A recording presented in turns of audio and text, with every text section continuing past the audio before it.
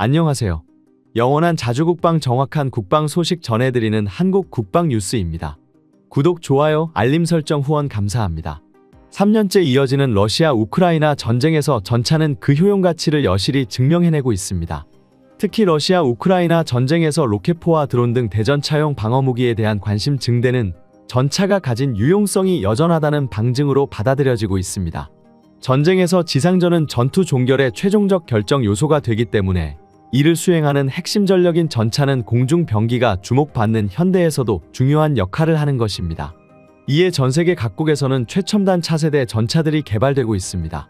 한국의 육군 전력의 위상을 높이는 데 큰 기여를 한 K2에 이어 그동안 베일에 쌓여 있던 K3 전차가 공개되며 세계 최강의 전차 보유국이 대한민국이라는 사실이 다시 한번 드러났습니다. 공개된 스펙만 보아도 한국산 K3 전차는 세계에서 가장 우수한 전차로 평가받고 있습니다. 현존하는 세계 최강의 전투기가 미국의 F-22 랩터라면 세계 최강의 전차를 꼽으라면 대한민국의 차세대 전차인 K3가 될 것이라는 의견이 주를 이루고 있습니다. 이처럼 K3 전차가 우월한 이유는 다양한 기술적 특징과 디자인적 특징으로 설명될 수 있습니다. 특히 현대로템이 공개한 청사진 중 가장 먼저 눈에 띈 것은 외형이 스텔스 도료로 덮여있다는 점이었습니다. 기존의 K2 전차와 다르게 스텔스 기능을 강화해서 적의 레이더를 피할 수 있는 방어적인 성능을 더했으며 장갑의 재질은 공개되지 않았지만 업계에서는 세라믹과 복합 소재를 이용한 모듈식 장갑 체계를 채택한 것으로 판단하고 있습니다.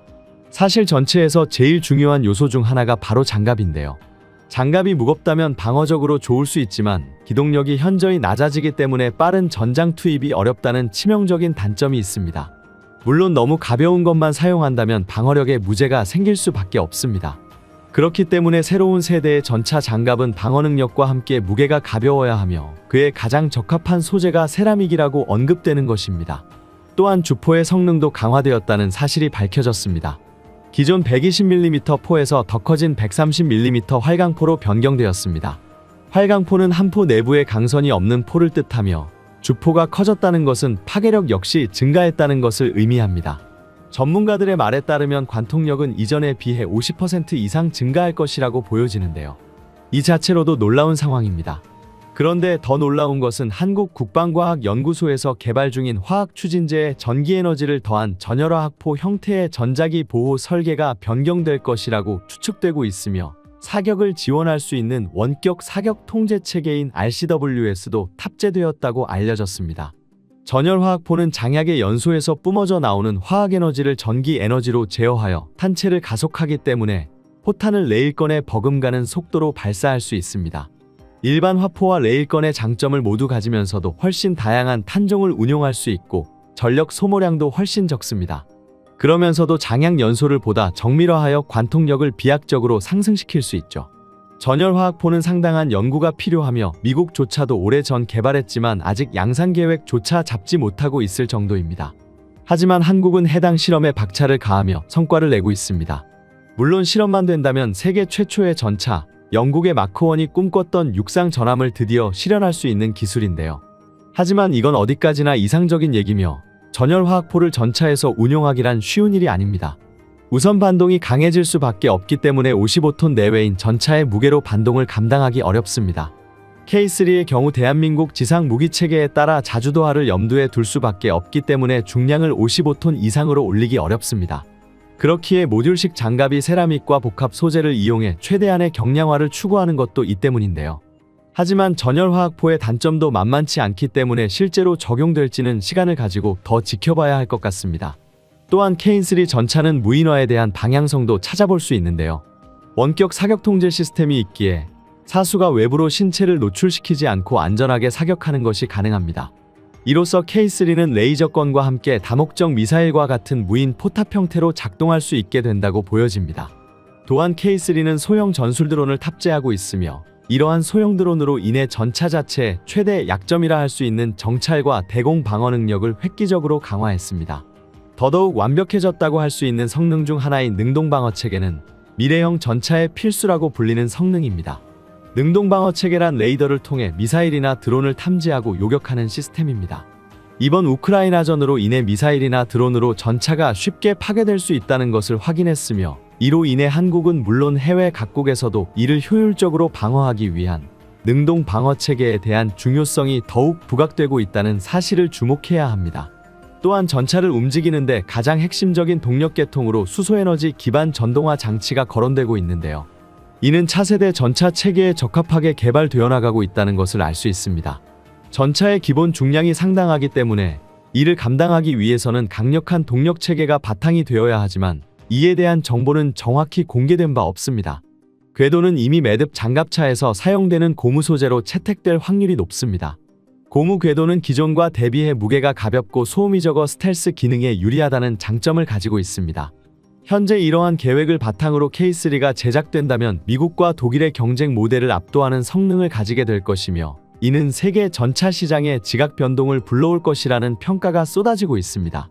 결국 현재 공개된 K3 전차의 능력은 K2 흑표를 능가하는 공격력과 방어력을 갖추었을 뿐 아니라 드론이나 레이저 무기 등 다양한 혁신 기술까지 투입될 예정입니다. 또한 대규모적인 자동화 기능과 조종 장비의 발전으로 인해 원거리 조정이 가능하기 때문에 인명피해를 기하급수적으로 낮출 수 있으며 하이브리드 추진 체계를 적용했기에 연료적인 효율이 극대화되면서 초저소음으로 주행 가능해 효율적인 전투를 수행할 수 있습니다.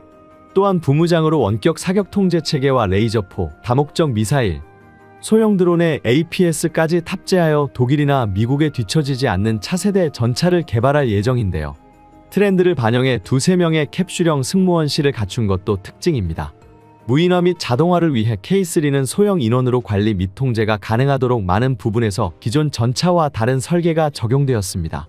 레드백에 사용되었던 고무궤도를 적용한 것도 K3 전차만의 특징인데요. 고무궤도를 통해 전차를 경량화함과 동시에 높은 기동성을 확보하는 것이 가능합니다. 이 밖에도 개량된 자동장전 장치를 탑재하여 기존 K2 전차보다 더욱 빠른 연사가 가능하여 파격적인 면에서 K2 전차와 비교하지 못할 만큼 강력해졌다고 할 수 있습니다. 이번에 나온 구조를 보니 방어력이 크게 향상된 구조로 설계되어 많은 사람들이 놀랐는데요. 차체 및 포탑 곳곳의 벌집의 육각형 구조에서 영감을 얻은 허니콤 형상의 장갑을 적용해 튼튼하고 가벼우면서도 공간 효율성을 극대화한 디자인을 적용하는 등 생체 모방 디자인을 구현했습니다. 이는 현대로템이 개발 중인 4세대 복합 장갑으로 확인됩니다. 현대로템 K3 전차 스펙은 세계적으로 알려지며 수많은 유럽 국가에 관심이 쏟아지고 있습니다.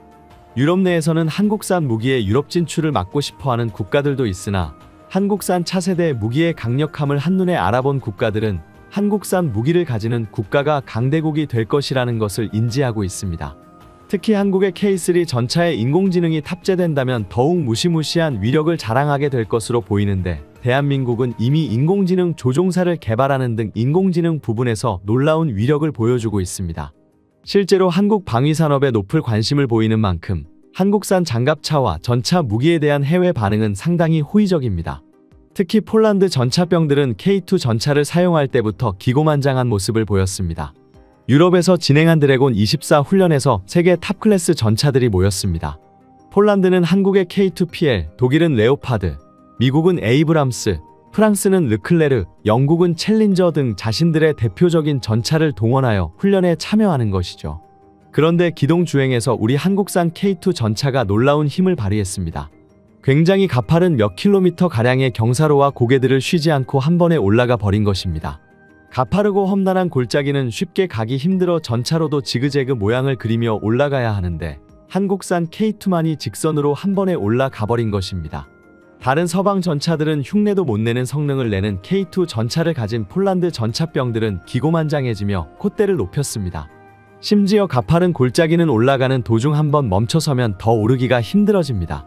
그런데 폴란드 전차병들은 경사로에서 멈추는 기행까지 선보이며 다른 국가들에게 한국산 K2의 힘을 보여주었습니다. 이 때문인지 K3에 대한 호감도 높은 상황입니다. 폴란드 언론에서는 자국의 국방부 장관과 대표단이 한국을 방문하여 한화디펜스, 한국항공우주산업, 현대로템 등의 방산산업체를 견학했다는 점을 언급했습니다.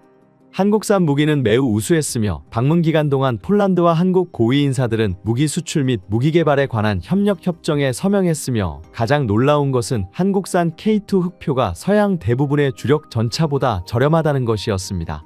한국의 지리적인 조건을 보았을 때 여전히 휴전국이며 북한과의 전투를 치를 수 있기 때문에 이에 맞서 엄청난 효율을 자랑하는 전차가 개발된 것 같다고 언급했습니다.